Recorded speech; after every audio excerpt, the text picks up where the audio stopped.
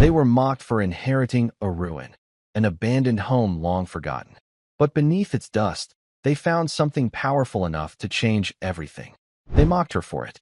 A maid with nothing but debts and calloused hands inheriting a rotting house on the edge of nowhere. Take the cash and walk away, they laughed. But when Sarah Jenkins and her daughter stepped through that warped wooden door, they didn't find dust and decay. They found something else. A forgotten name. A warning written in trembling ink. And a secret buried beneath the earth. One powerful enough to change everything they thought they knew about her family and the world. What started as an inheritance born of pity ended as a revelation buried in blood and light.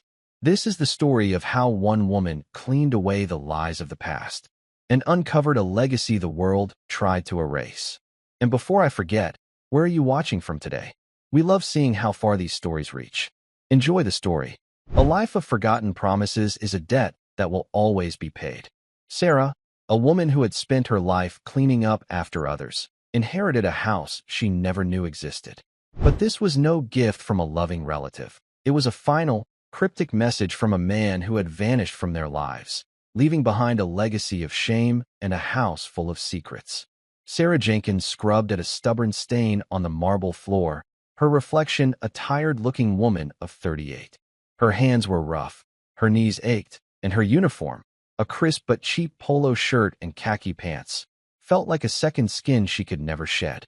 For 15 years, she had been a maid, a ghost in the grand houses of the wealthy, leaving behind nothing but the scent of lemon polish and the echo of her quiet footsteps.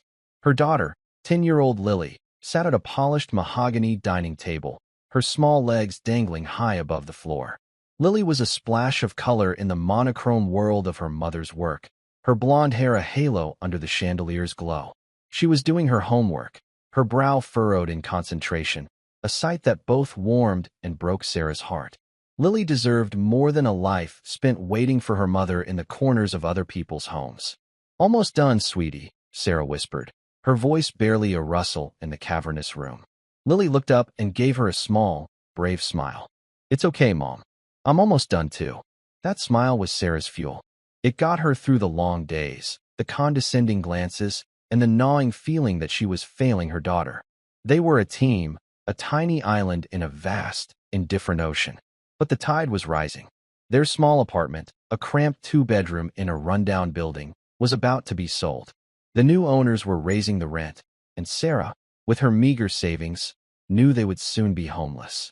The phone call came that evening, a jarring ring that cut through their quiet dinner of canned soup and toast.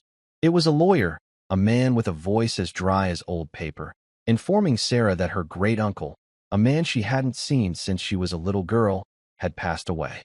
His name was Arthur, and he had left her something in his will. "He left me something?"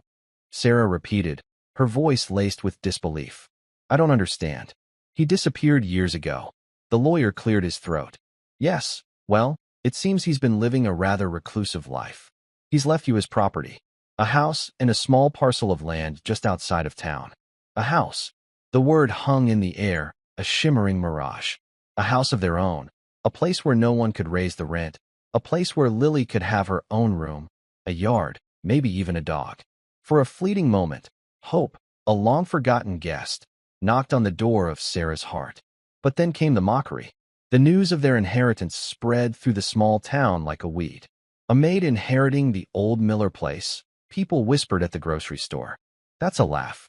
The Miller place, as it was known, was a local legend, a dilapidated house on the edge of town that had been abandoned for decades. It was a place children dared each other to approach on Halloween, a place whispered to be haunted, cursed, or both. The owner of the house where Sarah cleaned, a woman named Mrs. Gable with a voice as sharp as her diamond rings, cornered her in the hallway. "I heard about your windfall," she said, her lips curling into a smirk. "The old Miller place. How quaint. I suppose it's better than nothing for people like you." People like you. The word stung, a familiar poison.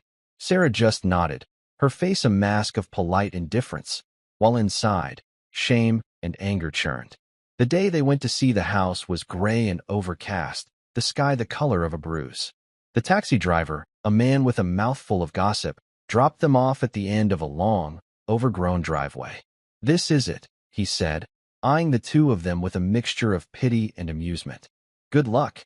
The house was worse than the rumors.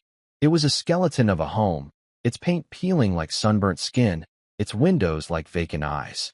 The porch sagged. The roof was a patchwork of missing shingles, and the yard was a jungle of weeds and thorns. Lily, who had been bubbling with excitement, fell silent. She clutched her mother's hand, her small fingers trembling. "Mommy," she whispered, "it's scary." Sarah's heart sank. This wasn't a dream come true. It was a nightmare. The house was a reflection of her own life, broken, neglected, and full of forgotten promises. But as she stood there, the wind whipping her hair across her face, a strange feeling washed over her. It wasn't just despair, it was defiance. This was theirs. This broken, forgotten place was theirs, and no one could take it from them. "It needs some work," Sarah said, her voice stronger than she expected. "But it's our home, Lily. Our home." They pushed open the front door, the hinges groaning in protest. The air inside was thick with the smell of dust and decay. But as her eyes adjusted to the gloom, Sarah saw something that made her catch her breath. In the center of the living room, covered in a thick layer of dust, was a large, wooden chest. And on top of the chest, a single, folded letter. It was addressed to her. For Sarah. With trembling hands, she opened it. The handwriting was shaky, the ink faded, but the words were clear. "My dearest Sarah, if you are reading this, then I am gone, and you have found your way home. I know I have not been a part of your life, and for that, I am truly sorry. I had to disappear to protect you, to protect what I was working on. This house, this land, it's all for you. But it's more than just a house. It's a key to a new future, a better future. Don't believe what they say about me. Don't believe the stories. The truth is in these walls. The truth is in the earth. Find it, and be brave. Your great uncle, Arthur Miller." A key? A new future? The letter made no sense. But as Sarah looked around the dilapidated room, at the dust motes dancing in the slivers of light, she knew one thing for certain. Her great-uncle hadn't just left them a house. He had left them a mystery. And for the first time in a long time, Sarah felt a flicker of something more than just survival.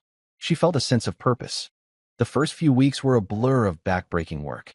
Sarah quit her second job, the one in the evenings, and poured every spare moment, every ounce of her energy, into the house. She and Lily started with the yard, a wild, tangled mess that seemed to fight back with every weed they pulled.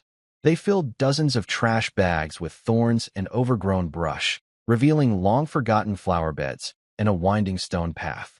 One afternoon, as they were clearing a thick patch of ivy from the side of the house, Lily let out a small cry of surprise. "Mom, look!" Beneath the ivy, half buried in the dirt, was a small, metal door. It was low to the ground, no bigger than a cellar window, and it was locked.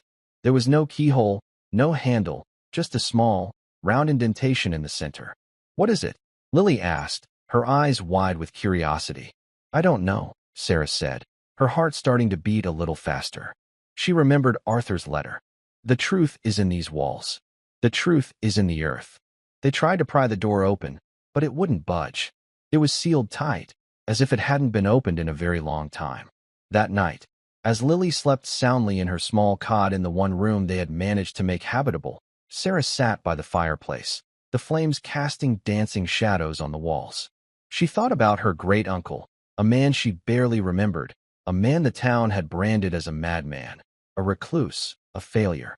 She remembered whispered conversations from her childhood, fragments of stories about a brilliant but strange man who had been a war hero, a self-taught engineer who had come home from the war with a head full of radical ideas. He had been working on something, they said, something that would change the world. An engine that could run on water. The townspeople had laughed at him, called him a fool. And then, one day, he was gone. He had vanished without a trace, leaving behind his house, his workshop, and the whispers that followed him like a ghost. Was that what was behind the small metal door? The truth about her great-uncle? The truth about his impossible invention?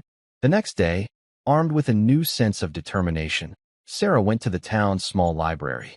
The librarian, a kindly woman named Mrs. Peterson, remembered Arthur Miller. He was a brilliant man, she said, her voice soft with memory. Ahead of his time. He used to come in here for hours, reading books on physics, engineering, chemistry. He was always scribbling in his notebooks, his mind a whirlwind of ideas. She led Sarah to a dusty corner of the library, to a shelf of local history books. There, in a book about the town's veterans, was a picture of a young Arthur Miller in his army uniform. He had a kind smile and eyes that seemed to hold a universe of secrets. The book said he had been a decorated hero in the war, a genius at fixing things, at making the impossible possible. It mentioned his work on a new kind of engine, but it dismissed it as a failed experiment, a pipe dream. But Sarah didn't believe it. She couldn't. She had to know the truth. That evening, as she was cleaning out the old, dusty fireplace, her fingers brushed against a loose brick. Her heart skipped a beat. She pushed on it gently, and it moved. Behind the brick was a small, hidden compartment, and inside, nestled on a bed of faded velvet, was a strange, metal object. It was a small, flat disc about the size of her palm, with a series of intricate gears and symbols etched into its surface. And in the center, a small, round protrusion, the exact size and shape of the indentation on the metal door. It was a key. With Lily by her side, her small hand clutching a flashlight, Sarah went back to the metal door. Her hands trembled as she inserted the key. There was a soft click, and then a series of whirring sounds as the gears inside the lock turned. The door swung open, revealing a dark, narrow passageway. The air that wafted out was cool and smelled of damp earth and something else, something metallic, like ozone. "Should we go in?" Lily whispered, her voice a mixture of fear and excitement. Sarah took a deep breath. She didn't know what they would find in the darkness, but she knew they had to find it. This was more than just a house. It was a legacy. It was a chance to reclaim a story that had been lost, to give a voice to a man who had been silenced. "Yes," she said, her voice echoing in the sudden stillness. "We're going in." They descended the narrow, stone steps, the flashlight beam cutting a path through the darkness. The passageway opened into a large, underground room, a hidden workshop that was a world away from the dilapidated house above. The room was filled with strange and wonderful machines, their metal surfaces gleaming in the flashlight's glow. There were blueprints and diagrams pinned to the walls, covered in complex equations and intricate drawings. And in the center of the room, on a large, metal platform, was the most astonishing thing of all. It was an engine, but it was unlike any engine Sarah had ever seen. It was a beautiful, complex creation of copper coils, crystal chambers, and gleaming pipes. And connected to the engine, a large tank of water. This was it, Arthur Miller's engine, the engine that could run on water. But as they drew closer, they saw something else, something that made Sarah's blood run cold. On the floor, next to the engine, was a dark stain, a stain that looked like dried blood. And then Lily screamed. She was pointing the flashlight at the far corner of the room, at a small, wooden desk. Slumped over the desk, as if he had fallen asleep in the middle of his work, was a man who had been there for a very, very long time. It was Arthur Miller. He was not a ghost. He was not a madman who had run away. He was a man who had died in his secret workshop, guarding his invention, his legacy, his truth. Sarah rushed to his side, her heart pounding in her chest. There was a letter in his hand, clutched so tightly that she had to gently pry it from his fingers. It was addressed to her. "My dearest Sarah, if you are reading this, then you have found me, and you have found my life's work. I am sorry that I could not be there to guide you, to tell you my story myself. But I was not safe. They were coming for me, for my invention. They wanted to steal it, to bury it, to keep the world chained to their oil, their greed. I had to hide it. I had to hide myself. But I knew that one day, you would come. You have my blood in your veins, my spirit in your heart. You are the only one I can trust. The engine works, Sarah. It works. It can change the world. It can free us. But it is also dangerous. In the wrong hands, it could be a weapon. You must be careful. You must be clever. You must be brave. The plans are hidden.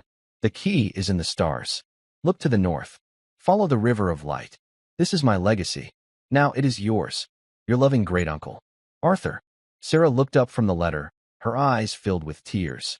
She looked at the engine, at the man who had given his life to create it, and she knew what she had to do. This was not just about a house anymore. This was about justice. This was about a promise. This was about changing the world. The silence in the workshop was heavy, broken only by the sound of their own ragged breaths. Lily, who had been so brave until now, buried her face in her mother's side, her small body trembling. Sarah held her tight, stroking her blonde hair, trying to shield her from the grim reality of what they had found. Before them lay not just a secret, but a life cut short. Arthur Miller had died here, alone, in the cold, damp earth, surrounded by his magnificent, impossible creation. He had died protecting a dream he had now passed on to them. Sarah's grief was a strange, hollow ache for a man she had never truly known, but whose legacy was now irrevocably intertwined with her own. She felt a profound sense of injustice.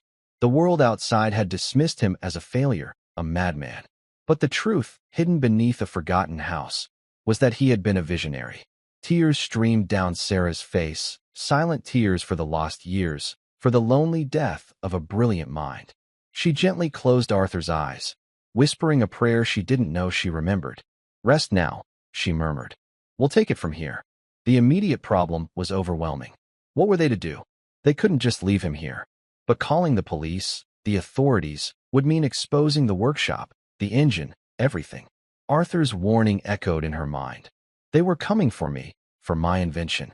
They wanted to steal it, to bury it. She couldn't let that happen. She had to protect his secret, just as he had. A plan, desperate and fragile, began to form in her mind. They would have to move him. They would have to give him a proper burial, but in a way that kept his final resting place, and his life's work, a secret. "Lily," Sarah said, her voice low and steady, a calm she did not feel. "We need to be very brave now. Can you do that for me?" Lily looked up, her blue eyes wide and tear-filled, but she nodded. She was her mother's daughter, a small ship built for stormy seas. The task was gruesome, a grim necessity that tested every fiber of Sarah's being. With an old tarpaulin from the workshop, they carefully and respectfully moved Arthur's body. It was a slow, arduous process, made harder by the weight of their grief. They brought him up the narrow stone steps and into the house, placing him in the back room, the one they had yet to clean. Sarah covered him gently, a silent promise passing between the living and the dead. The next day, Sarah made an anonymous call to the police from a payphone in the next town. She reported finding the remains of an elderly man in a patch of woods near the old Miller property, a story plausible enough to avoid immediate suspicion. She described a location far enough away from the house to divert attention. It was a lie that sat heavily on her conscience, but it was a necessary one. While the town buzzed with the news of the discovery, Sarah and Lily began their secret work. They buried Arthur in a quiet corner of the property, under the shade of an old oak tree, a spot that overlooked the rolling hills. They fashioned a simple wooden cross, and Lily picked a small bouquet of wildflowers to place on the freshly turned earth. There was no funeral, no eulogy, but in the quiet dignity of their private ceremony, they honored him more than any public display ever could. With Arthur laid to rest, Sarah's focus shifted to his final, cryptic message: "The plans are hidden. The key is in the stars. Look to the north. Follow the river of light." The stars. The north. A river of light. It sounded like a riddle from a children's storybook. Her first thought was the attic. It was the highest point of the house, the closest to the stars. The attic was a repository of forgotten things, a museum of a life lived in solitude. It was filled with old furniture draped in white sheets, boxes of books, and the faint scent of cedar and thyme. In one corner, under a dusty canvas, they found a large, brass telescope. It was a beautiful instrument, old but clearly well cared for. It was pointed at a small, circular window that faced north. "He must have watched the stars from here," Lily whispered, her voice filled with awe. For days, they searched the attic, sifting through Arthur's belongings. They found old photographs, journals filled with his elegant script, and books on astronomy, their pages filled with his handwritten notes. He wrote of constellations, of nebulae, of the vast, silent dance of the cosmos. He seemed to have a particular fascination with the Milky Way, which he referred to in his journals as the River of Light. The clue was coming into focus. Follow the River of Light. But what did it mean? One night, unable to sleep, Sarah went to the attic alone. The sky was clear, a blanket of glittering diamonds. She looked through the telescope, aiming it at the dense, shimmering band of the Milky Way. As she adjusted the focus, she noticed something odd.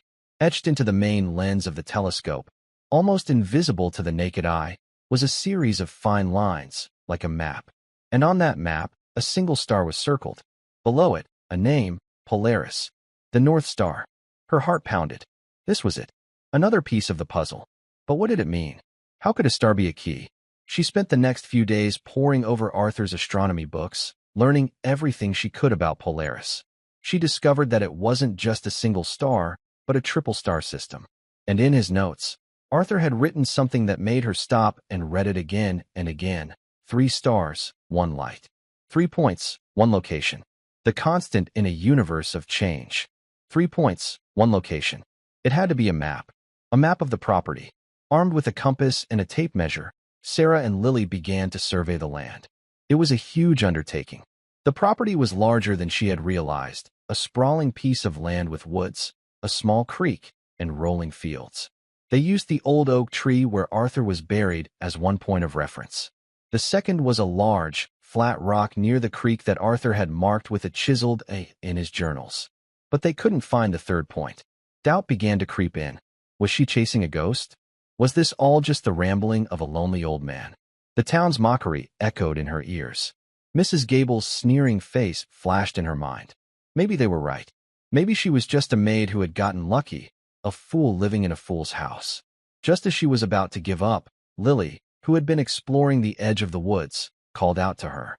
"Mom, come see. There's a little house up here." It wasn't a house.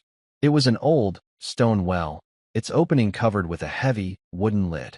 And carved into the stone, so faint it was almost invisible, was a star. The North Star. This was the third point. They rushed back to the house, their hearts racing with renewed hope. Sarah drew a map of the property, marking the 3 points: the oak tree, the rock, and the well. She drew a line between each of them, forming a large triangle. And in the exact center of that triangle, where the lines intersected, was a single spot. A spot in the middle of an open field, a field that looked no different from any other patch of overgrown grass. They dug. For hours, they dug, their hands blistering, their backs aching. The sun beat down on them, and the earth was hard and unforgiving. Just as despair was beginning to set in again, the shovel hit something hard, a metallic thud that echoed in the quiet afternoon. They cleared away the dirt, their hands trembling with anticipation. It was a metal box, about the size of a shoebox, and it was locked. But this time, there was no keyhole, no strange disc, just a smooth, metal surface. Sarah looked at the box, her brow furrowed in concentration. How did it open? She thought back to Arthur's notes, to his fascination with the stars. 3 stars, 1 light. She remembered something else from his journals, a passage about Polaris being used for navigation, about how its position in the sky was constant. And she remembered the small, circular window in the attic, the one the telescope was pointed at. Leaving Lily to guard their discovery, Sarah ran back to the house, up to the attic. She looked at the window. It wasn't just a window. It was a skylight, designed to let in the light from a single point in the sky. She realized what she had to do. That night, under the silvery glow of the moon, they brought the box to the attic. Sarah positioned it directly under the skylight, in the path of the starlight from Polaris. And then, she remembered the key, the strange, metal disc that had opened the workshop. She had kept it, a memento of their discovery. On a hunch, she placed the disc on top of the box. For a moment, nothing happened. And then, as the faint, ancient light of the North Star filtered through the skylight and hit the disc, something incredible happened. The symbols on the disc began to glow, a soft, blue light. A low humming sound filled the attic, and with a soft click, the box opened. Inside, nestled on a bed of black velvet, were not blueprints, not diagrams, but a series of thin, crystal plates. They were cool to the touch, and when Sarah held one up to the starlight, it seemed to come alive. Intricate patterns, like microscopic circuits, glowed within the crystal. And there was another letter. Sarah, if you have found this, then you have proven yourself worthy. You have a mind as sharp as any engineer, and a heart as brave as any soldier. These are not plans. Plans can be copied, stolen. This is the heart of the engine, the energy source, a way to harness the quantum energy of water itself. It is a gift, but also a burden. You now hold the power to change the world. Use it wisely. Do not let it fall into the hands of those who would use it for greed and destruction. Trust no one. Arthur. Sarah looked at the glowing crystal in her hand, and for the first time, she understood the true weight of her inheritance. This was not just an invention. It was a revolution, and it was now in her hands. But Arthur's warning, trust no one, sent a shiver down her spine. The world was not ready for this, and there were people, powerful people, who would do anything to keep it a secret. Her quiet life as a maid was over. Her struggle was no longer just about survival. It was about protecting a legacy, a dream of a better world. And as she looked at Lily, whose eyes were wide with wonder, she knew that this was a fight she had to win. For her daughter, for Arthur, and for a future she was now responsible for creating. The next few months were a strange paradox. On the surface, their lives became a routine of quiet domesticity. They continued to work on the house, making it a home, room by room. They planted a garden, and the long-forgotten flower beds burst into a riot of color. To the outside world, they were just a single mother and her daughter, slowly fixing up an old, broken-down house. But beneath the surface, their lives were a whirlwind of secret activity. Every night, after Lily was asleep, Sarah would go down to the workshop. She would study Arthur's journals, his notes, his diagrams. She had no formal training in engineering or physics, but she had a sharp, curious mind, and Arthur's notes were so clear, so precise, that it was like he was there, guiding her, teaching her. She learned about quantum mechanics, about zero-point energy, about the incredible, untapped power hidden within a single drop of water. It was a new language, a new world, and she devoured it with a hunger she hadn't felt in years. She began to experiment, making small adjustments to the engine, following Arthur's final, unfinished notes. She was careful, methodical, her hands, once calloused from scrubbing floors, now deft and sure as she handled delicate wires and calibrated sensitive instruments. Lily, too, had a role to play. She became the keeper of the secrets, the guardian of their hidden world. She would stand watch while Sarah worked, her sharp eyes and ears a better security system than any alarm. She learned to read the sky, to identify the constellations, to understand the celestial map that had led them to their treasure. She was no longer just a little girl. She was a co-conspirator, a partner in the greatest secret the world had ever known. But secrets, like water, have a way of seeping out. The town was still watching them. Their quiet, reclusive life was a source of endless gossip. How could a maid, a woman with no money, afford to fix up a house, to buy supplies, to live without a job? Mrs. Gable, her former employer, was particularly suspicious. She would drive by the house slowly, her eyes narrowed, her face a mask of jealous curiosity. She had always looked down on Sarah, had always seen her as someone insignificant, someone beneath her. The thought that Sarah might have something she didn't, a secret, a treasure, was more than she could bear. One afternoon, a man in a black suit showed up at their door. He was tall and thin, with cold, gray eyes and a smile that didn't reach them. He said he was from the county assessor's office, that he was there to reevaluate the property value for tax purposes. Sarah's blood ran cold. She knew, with a certainty that chilled her to the bone, that he was lying. His questions were too specific, too pointed. He asked about the history of the property, about Arthur Miller, about any unusual discoveries they might have made. Sarah played the part of the simple, unassuming woman she had once been. She offered him a glass of lemonade, answered his questions with a shrug and a smile, and pretended to know nothing about anything. But inside, her mind was racing. They were coming for me. Arthur's words. The man in the suit was one of them. She knew they couldn't stay here forever. The workshop, the engine, it was all too exposed. They needed to move it, to hide it somewhere safe, somewhere no one would ever think to look. But where? And how? The answer, once again, came from Arthur's journals. In one of his last entries, he wrote about a contingency plan, a place of last resort. He called it the heart of the mountain.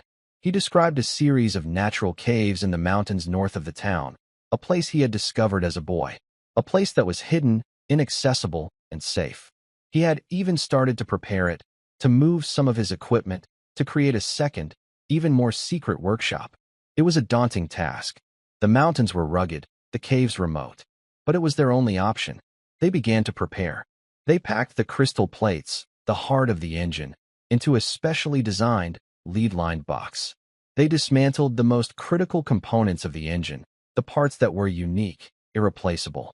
They worked at night, under the cover of darkness, moving the equipment in small, painstaking trips, using an old, beat-up pickup truck Sarah had bought with the last of her savings.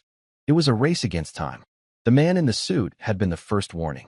Sarah knew there would be others. They were being watched. She could feel it, a prickling sensation on the back of her neck, a sense of unseen eyes following her every move. One night, as she was loading the last of the equipment into the truck, a car pulled up at the end of the driveway, its headlights cutting through the darkness. It was Mrs. Gable. She got out of the car, her face a mixture of triumph and greed. "I knew it," she hissed, her voice dripping with venom. "I knew you were hiding something. What is it? What did you find in this old house? Gold? Jewels? Whatever it is, you don't deserve it. People like you don't deserve anything." She started to walk towards the truck, her eyes gleaming with avarice. But just as she reached the edge of the property, a low rumbling sound filled the air. The ground began to shake, and the old, stone well, the one that had been the third point on Arthur's map, began to glow with a strange, blue light. Mrs. Gable screamed, a sound of pure terror, as a geyser of water erupted from the well, shooting high into the air, a shimmering fountain of pure energy. It wasn't just water. It was alive, glowing, humming with a power that was ancient and terrifying. Sarah had done it. Following Arthur's notes, she had created a failsafe, a way to protect the workshop, to erase all traces of their secret. She had connected the engine's power source to the underground spring that fed the well, creating a powerful, localized earthquake, a surge of energy that would collapse the workshop, burying it under tons of rock and earth.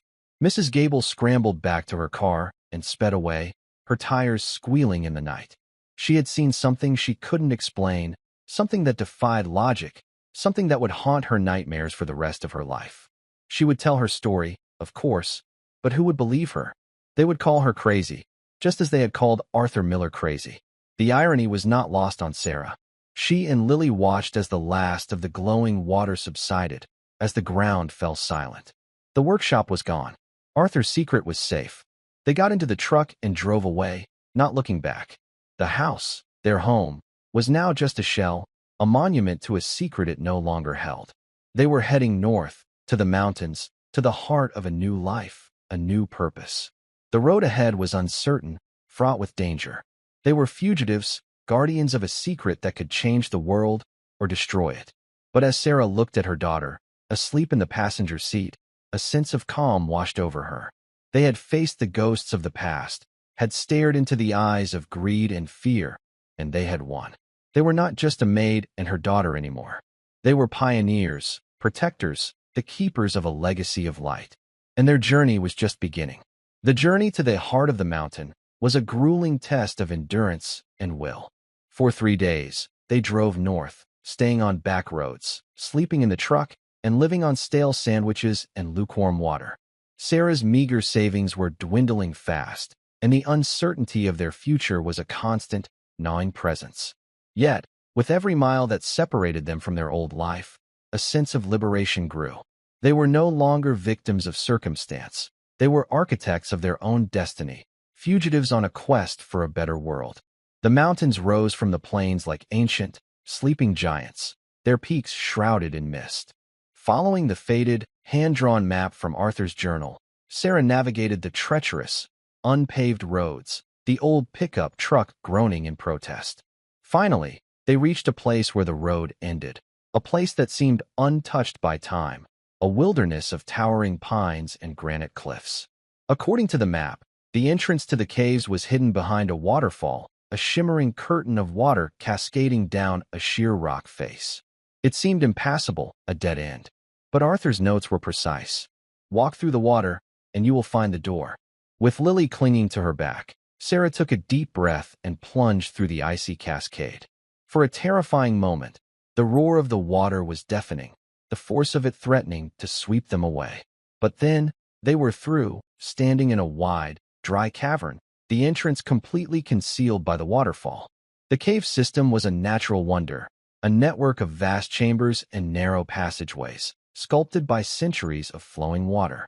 In the main chamber, the largest of them all, they found the beginnings of Arthur's second workshop. There were crates of equipment, a small generator, and a stack of carefully preserved scientific journals. He had been preparing this place, this sanctuary, for years. Setting up their new life was a monumental task.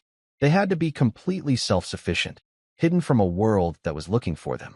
They hauled the rest of the equipment from the truck, piece by piece, a slow, back-breaking process. They set up a small living area in one of the smaller, warmer caves, with cots, a makeshift kitchen, and a small library of Arthur's books. Sarah became a master of improvisation. She learned to harness the power of the underground river that flowed through the caves, using a small turbine Arthur had designed to generate electricity. She taught Lily how to forage for edible plants, how to identify animal tracks, how to live in harmony with the wilderness that was now their home and their protector. The workshop became Sarah's sanctuary. Here, surrounded by the silent, ancient rock, she could finally focus on her work, free from the prying eyes of the world. She reassembled the engine, its beautiful, complex components gleaming in the soft light of the cavern. With the crystal plates, the heart of the engine, installed, she was ready to begin the final phase of Arthur's work, to stabilize the energy source and make the engine a viable, sustainable source of power. It was a daunting challenge.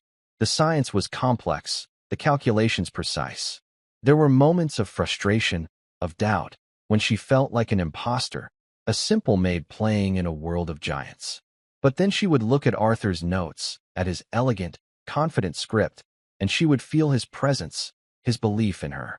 And she would look at Lily, her bright, curious daughter, who never once doubted her, and she would find the strength to continue. Lily, in turn, blossomed in their new environment. The wilderness was her playground, the caves her castle. She shed the quiet, timid shell of her old life and became a confident, resourceful young girl. She learned to read the stars not from a book, but from the vast, open sky above their mountain home. She became an expert on the local flora and fauna, her small notebook filled with detailed drawings and observations. She was no longer just a maid's daughter. She was a child of the mountains, wild and free. But their idyllic isolation was not to last. One day, as Sarah was working on the engine, a strange, rhythmic thumping sound echoed through the caves. It was a sound that did not belong in the wilderness, a sound of machinery, of intrusion. Helicopters. They were flying in a grid pattern, methodically scanning the mountains. They were searching for them. Panic, cold and sharp, seized Sarah. They had been so careful. How could they have been found? She quickly shut down the engine, extinguishing the soft, blue glow that was its signature. She and Lily retreated to the deepest, most hidden part of the cave system, their hearts pounding in the sudden, heavy silence. They could hear the helicopters hovering overhead, the sound a menacing drumbeat that seemed to shake the very foundations of the mountain. For 2 days, they hid in the darkness, their food and water supplies dwindling. The helicopters were relentless, their presence a constant, terrifying reminder that they were not safe, that the world they had tried to escape was closing in on them. On the 3rd day, the sound of the helicopters receded and a fragile, uncertain silence returned. But Sarah knew this was not the end. It was a warning. They had been found, and it was only a matter of time before their pursuers came for them on foot. They had to be ready. Drawing on her great uncle's military knowledge, gleaned from his journals, Sarah began to fortify their home.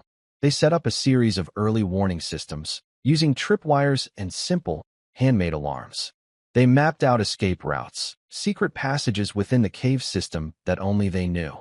They were no longer just scientists. They were soldiers in a silent war, defending their home, their legacy, their dream. A week later, they came. A team of men in black, tactical gear, moving through the forest with a cold, professional efficiency. Sarah and Lily watched them from a hidden lookout point, their hearts in their throats. They were heavily armed, and they were using sophisticated tracking equipment. They were not just looking for a lost old man's invention. They were hunting. The men found the waterfall, just as Sarah had known they would. They were methodical, professional, but they were not prepared for what awaited them. They had expected to find a frightened woman and a child. They had not expected to find a fortress. Sarah, using her knowledge of the caves and Arthur's ingenious, non-lethal traps, began to fight back. A sudden rock slide, triggered by a carefully placed lever, blocked the main entrance to the cave.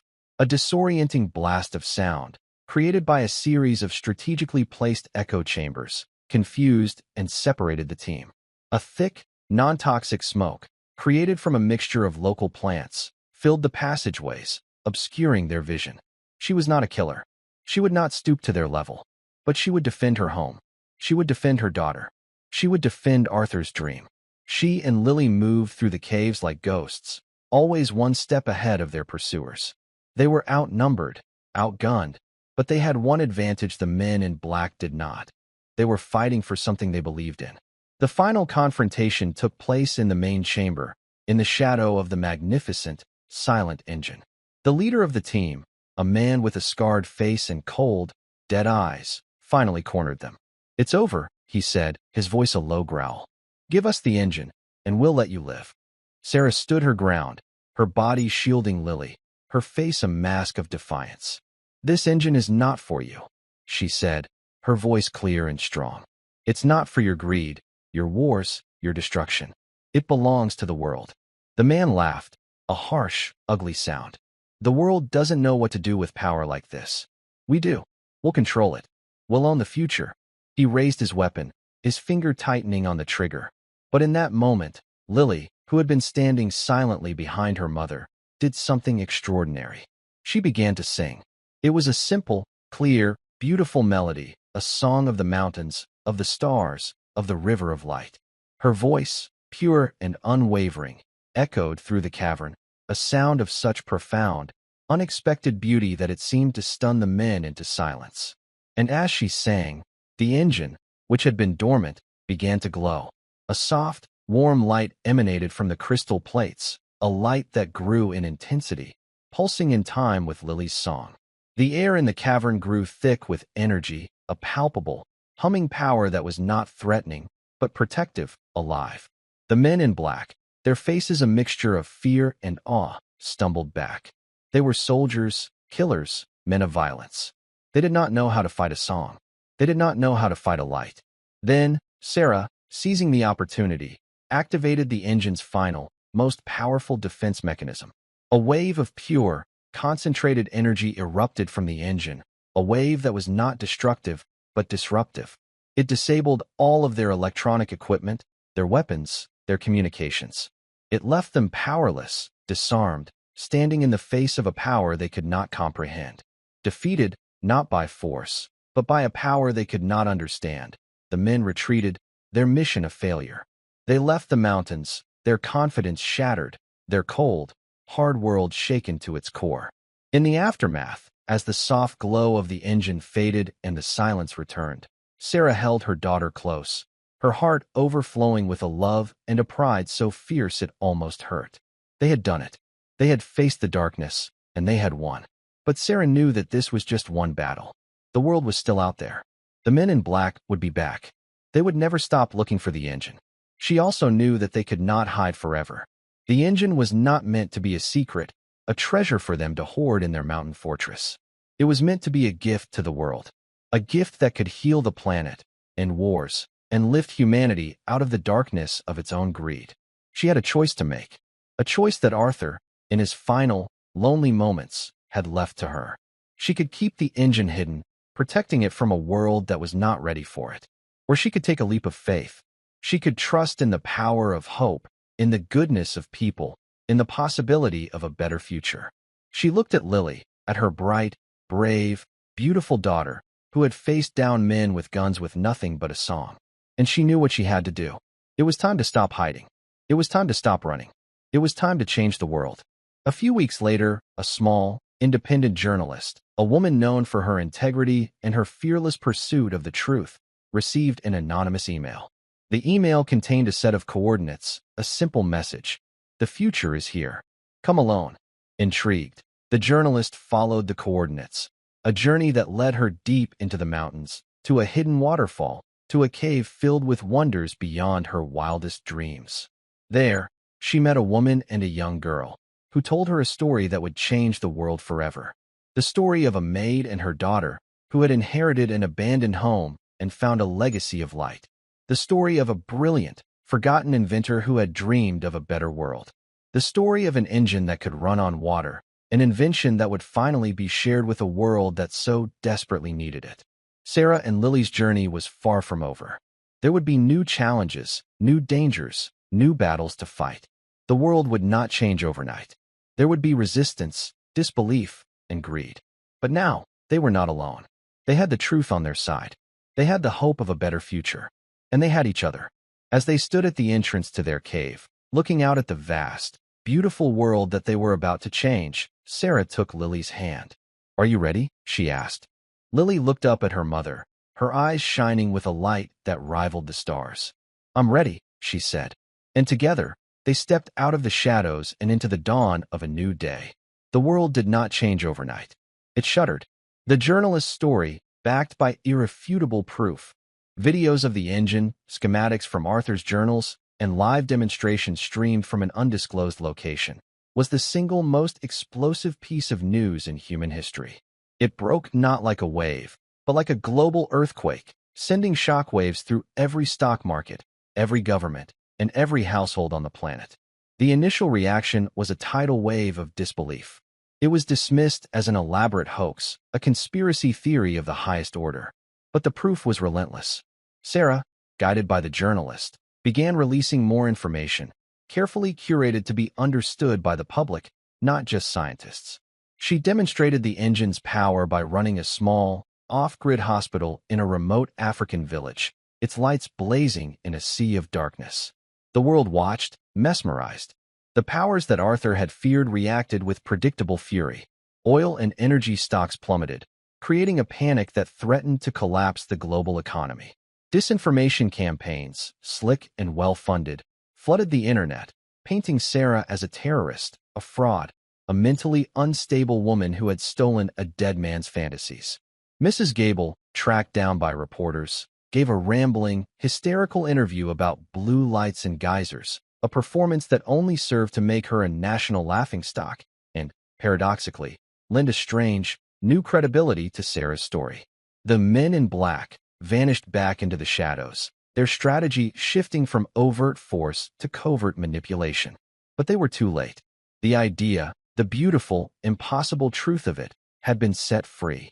It could not be unlearned. Sarah and Lily no longer lived in the heart of the mountain. Their cave had become a protected, historical site, a monument to the quiet revolution that had started there. They now lived in a secure, modest home in Geneva, under the protection of a newly formed international consortium, the Arthur Miller Foundation, funded by a coalition of forward-thinking nations and philanthropists. Their lives were a whirlwind of meetings with scientists, engineers, and world leaders. Sarah, the woman who had spent her life being invisible, was now one of the most famous and influential people on the planet. She navigated this new world with the same quiet dignity and unshakable resolve she had used to scrub floors and pull weeds. She wore simple clothes, spoke in plain, clear language, and never once let the powerful men in their tailored suits forget that this technology was not a commodity to be bought and sold. It was a legacy. It was a promise. Her primary condition for sharing the technology was that it could never be patented. It was to be open source, a gift to humanity, just as Arthur had intended. The Foundation's first project was to create small, easy-to-build household units, allowing individual families to go off-grid, to free themselves from the shackles of energy poverty. The first units were being deployed in developing nations, in disaster zones, in places the old world had forgotten. Lily, now 11, was handling the change with a wisdom that belied her years. She was a global celebrity, the child of light, as the media had dubbed her, but she remained grounded, her mother's anchor in the storm of their new reality. She was receiving a world-class education from private tutors, but she missed the mountains, the quiet wisdom of the forest, the feeling of the earth beneath her bare feet. One cool evening, 6 months after they had stepped out of the shadows, Sarah found Lily on the balcony of their apartment, looking out at the glittering lights of the city. The telescope from Arthur's attic, their first key to the mystery, stood beside her. "What are you looking at?" Sarah asked, wrapping a blanket around her daughter's shoulders. "Polaris," Lily said, her voice soft. "It looks different here. Brighter, maybe. Or maybe I'm just seeing it differently now." We're both seeing everything differently now, Sarah said, her gaze drifting over the city, a city whose lights would soon be powered by a dream born in a dusty, forgotten house. The fight was far from over.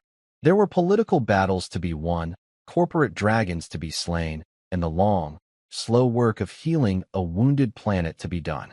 The men in the shadows were still there, waiting, plotting. But as she stood there, with her daughter by her side, Sarah felt not fear, but a profound sense of peace. They had done more than just survive. They had brought a new light into the world. He would be proud of you, Lily said, her head resting on her mother's shoulder. Great Uncle Arthur. He would be proud of us, Sarah corrected her gently. We did it together. She looked up at the North Star, the constant in a universe of change, the celestial guide that had led them on this impossible journey. It had guided them out of a life of poverty and despair, through a legacy of secrets and shadows, and into a future she could never have imagined. A future that was still being written, one drop of water, one ray of light at a time. The maid and her daughter had inherited more than a house. They had inherited the dawn. And now, they were sharing it with the world. And that's where we'll end the story for now. Whenever I share one of these, I hope it gives you a chance to step out of the everyday and just drift for a bit. I'd love to know what you were doing while listening. Maybe relaxing after work, on a late-night drive, or just winding down. Drop a line in the comments. I really do read them all. And if you want to make sure we cross paths again, hitting like and subscribing makes a huge difference. We are always trying to improve our stories, so feel free to also drop your feedback in the comment section below. Thanks for spending this time with me.